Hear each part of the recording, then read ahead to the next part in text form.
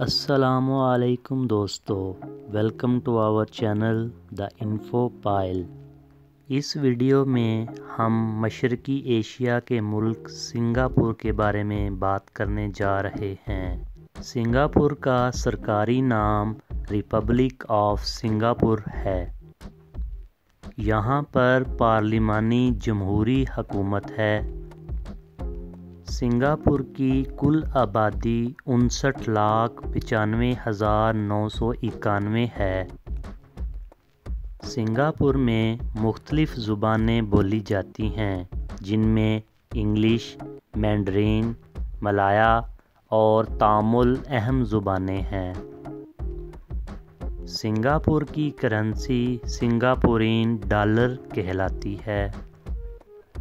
اس کے بڑے دریاؤں میں گاپور، کالنگ، گیجنگ، گیلونگ، رچھور، سنگی جیرونگ اور سنگی سیرنگون شامل ہیں۔ اگر سنگاپور کے جغرافیہ کی بات کی جائے تو یہ جنوب مشرقی ایشیا میں واقع ہے۔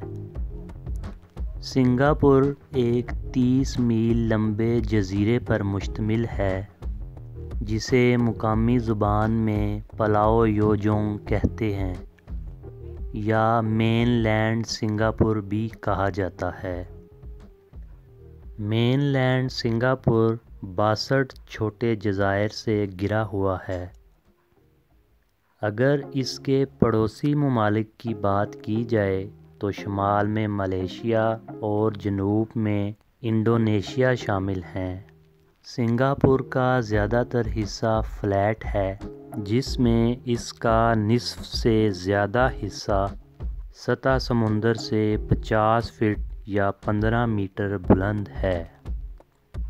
تاہم جزیرے کے وسط میں ایک پہاڑی ہے جسے بukit Timah ہل کہا جاتا ہے، جو سنگاپور کا بلند ترین قدرتی مقام ہے۔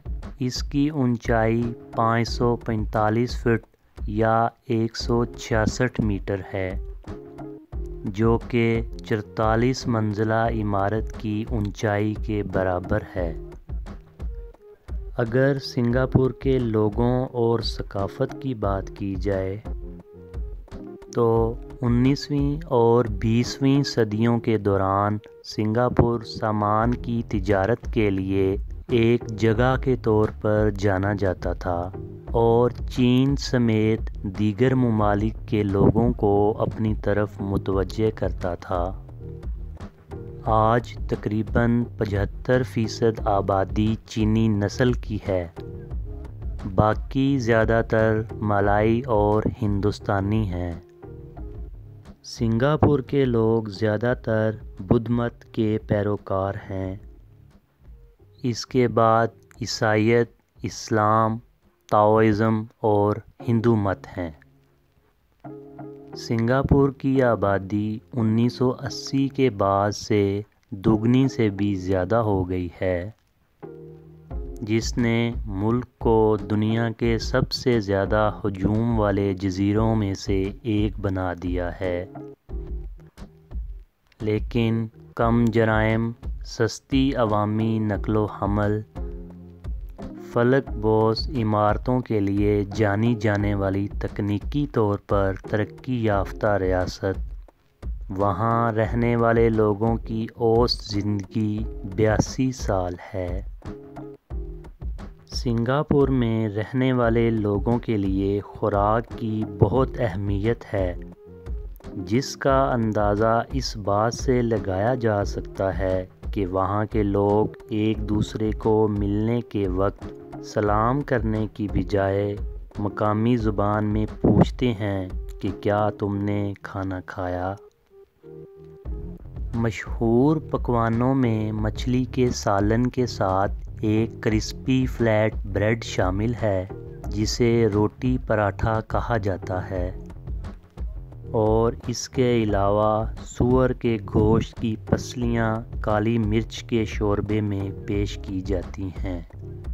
اگر یہاں کے نیچر اور جنگلی حیات کی بات کی جائے تو مین لینڈ سنگاپور میں پورے جزیرے پر کہیں نہ کہیں بارش ہوتی رہتی ہے۔ سنگاپور کسی زمانے میں رین فارسٹ میں ڈھکا ہوا تھا، لیکن بڑے شہروں کی تعمیر کے لیے 95% جنگلات کو کاٹ دیا گیا۔ سنگاپور کے بیشتر ساحل انسانوں کے بنائے ہوئے ہیں۔ قدرتی ساحل شہروں کو بڑھانے کے لیے بنائے گئے تھے، جنہیں زمین کی بحالی کہتے ہیں۔ اس میں سینٹوسا جزیرے کے ساحل بھی شامل ہیں، جو ایک مشہور سیاحتی مقام ہے۔ آج سنگاپور کی سرزمین زیادہ تر جنگلی حیات بوکیت تیما نیچر ریزرو اور سنگی بلو ویٹ لینڈ جیسے ذخائر میں رہتی ہے۔